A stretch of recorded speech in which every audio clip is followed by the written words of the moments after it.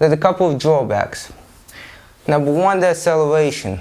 You start with an angular movement, and at the end, you go into linear movement.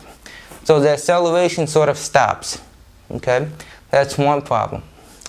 The second problem, at the end of the movement, you rely on the strength of your calf muscles to deliver the kick.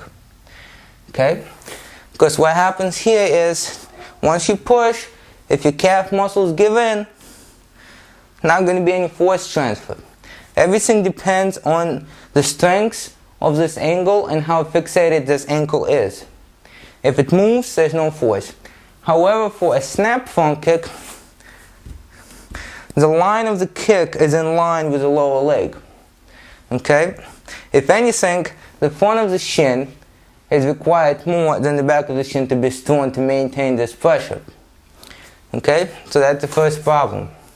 If you're not used to this, and you begin to throw kicks against the target and try to push at the end where before you were just snapping them, this muscle is either going to get injured or it's not going to be strong enough to actually deliver that final push of power. Okay? That's one issue. Now, if you have a close target and you're going to be pushing somebody away, the best thing to do is actually, I'm talking about if the target is close enough and it's stabilized. You can control the distance completely. The best thing would be to come a little bit closer and actually hit with a heel. This way you're not relying on the stabilization of the ankle because this part of the leg is taken out of the equation. So the best thing would be to come a little bit closer, push with a heel, and come back.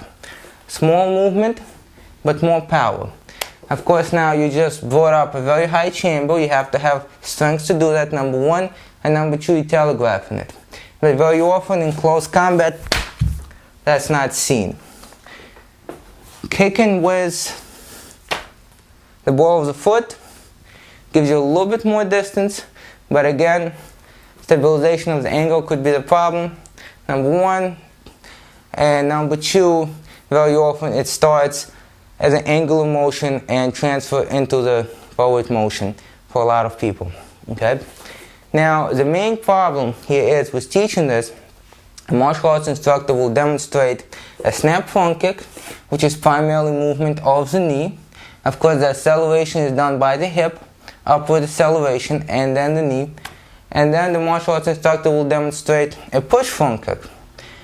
Now, once the student begins to hit the target, the student will quickly realize that unless he's kicking low, the snap front kick no longer really works, especially in combat. And now what happens is somehow he has to push. If he's not ready for it, there will be an injury or there will be some kind of misunderstanding of what's going on. Okay? And very often people do that. People demonstrate snap front kick, push front kick, and then in real life what happens is they throw the acceleration here and push at the last moment. That's usually what happens.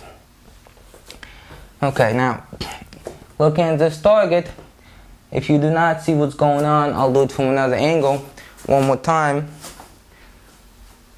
This is a kick that's originally demonstrated very often as a snap front kick. It could be thrusted, but usually it's a snap. A push front kick or a jab front kick is demonstrated as well. But then in reality, to minimize the pressure on the hip flexor in actual combat and at the same time to gain the benefit of the push, it begins as a snap front kick, and instead of continuing up, it ends going forward. Okay, so that pretty much is the issue. From this, sometimes when I teach things like that, instructors draw a conclusion that it's best to teach the kick the way I just demonstrated, a hybrid front kick.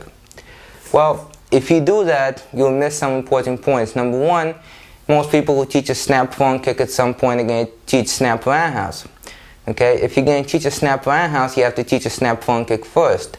And snap front kick should be a true snap front kick, which actually ends in a full movement of the knee without any help from the hip.